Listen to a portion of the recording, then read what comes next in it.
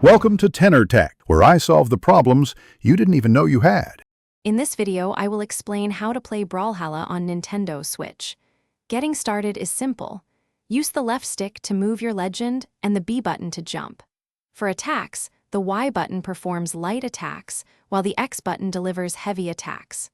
Remember to use the right trigger for dodging and the A button for recovery to stay in the fight. Once you've mastered the basics, it's time for advanced techniques. Try a gravity cancel by dodging then attacking in midair, or a chase dodge after hitting an opponent. There are 14 distinct weapon types, each offering unique moves.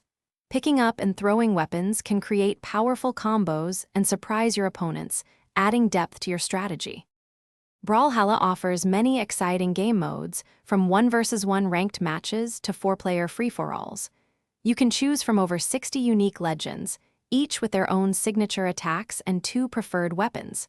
Every legend has 4 core stats: strength, dexterity, defense, and speed, which significantly impact their playstyle. Experiment to find your perfect match. To truly excel, consistent practice is key.